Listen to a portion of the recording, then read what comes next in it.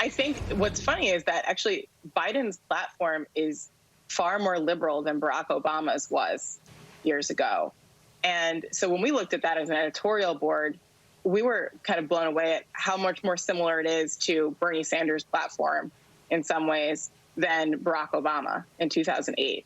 And we just don't know. We know it's written, we know who speaks, but we don't know what Joe Biden's actually going to do. So let's bring in Eric Trump, Executive Vice President of the Trump Organization.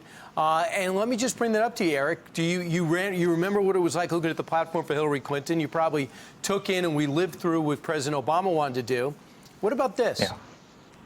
Well, Brian, I mean, you literally have a party that's calling law enforcement the Gestapo. They're calling them the KKK, right? They want to defund all police. You have a party that wants socialized medicine. Kamala Harris came out. They said 180 million people, private health care plans gone. You have Biden that wants to increase taxes by $4 trillion. So 82% of people, pretty much anybody who pays taxes in this country, would have their tax rates skyrocket. I mean, where do you want me to stop? They want to get rid of your First Amendment. They want to get rid of your Second Amendment.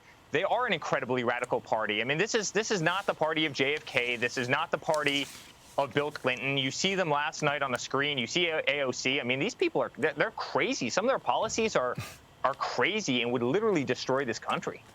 Eric, I'm sure you've been watching. You know the reviews have been that the virtual conventions are flat in comparison because there's nobody clapping, there's nobody there.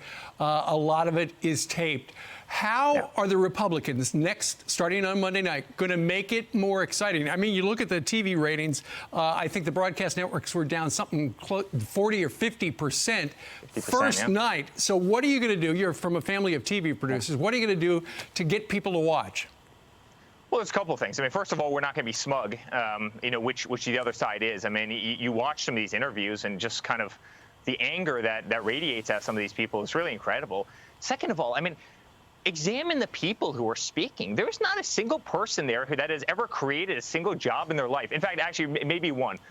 Joe Biden created one job. It's called Hunter Biden, right? As he stole money from China and took lots of money and enriched himself, right, at the behest of the American people. But other than that, these are career politicians. These guys have been in Washington their entire adult life. You have never had a single person that has spoken so far that's created a single job, right? In fact, the exact opposite. Look at AOC, who spoke last night. I mean, she cost New York State 25,000 jobs. Amazon was supposed to come in here and bring in billions of dollars in investment. And guess what? She effectively scared them out of New York State. I mean, these are washed up career politicians, that have been around forever. When you have literally Republicans who are Republicans in the 1980s speaking, and they're your keynotes. Give me a break. I mean, these people are phonies. These people are totally part of the swamp. You have no real people there. You've got no real people who have ever created jobs or created manufacturing or have done anything outside of the Beltway. And I just don't think that's what America's interested in. And quite frankly, I think that's why they've fallen on their face, and that's why the ratings are so bad. And I mean, it's tough to watch. I mean, it's pretty well, you boring. Get your turn on Monday. Yeah. So we do, and it's going to be great. I think you're going to see a lot. I think you're going to see a lot more action, but beyond that, I think you're going to just see a lot more diversity of thought and people that aren't from Washington, D.C., and people who haven't been in government for 47 years, their entire adult life, and people who have actually accomplished something outside of that city. And I think you're going to see a big difference. So Sally Yates was one of the speakers last night who served under the Obama administration, and she testified recently in front of Congress saying that she didn't remember if it was Biden or she didn't remember if Biden or Obama had any influence on the Michael Flynn investigation. She was speaking last night, worried about the future of our country. Listen to this. Speaking at a political convention is something I never expected to be doing. But the future of our democracy is at stake. From the moment President Trump took office, he's used his position to benefit himself rather than our country.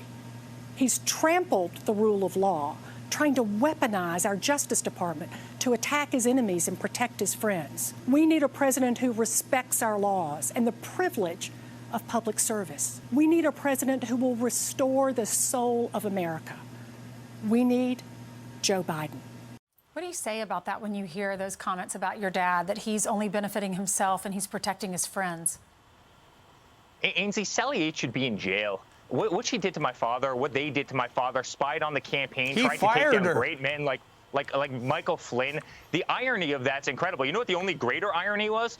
When Bill Clinton's talking about the sanctity of the Oval Office. I mean, give me a break. These guys are the biggest hypocrites. There's no one that's ever sacrificed more for political office than, frankly, my father. My father needed this job like a hole in the head, but you know what? He was sick and tired of seeing, you know, some of these losers literally flush this country down the toilet.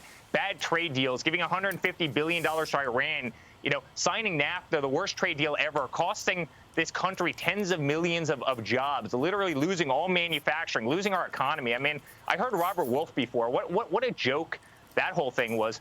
Under Obama Biden, our GDP was growing at 0.9%. It was an absolute joke. In the 8 years of Obama Biden, the Dow went up by 4,000 points. In the 3.5 years of my father, the Dow has gone up by 12,000 points. I just don't want to hear it from these people. And there's no one that's ever sacrificed more than he has. You know, personally, professionally, financially.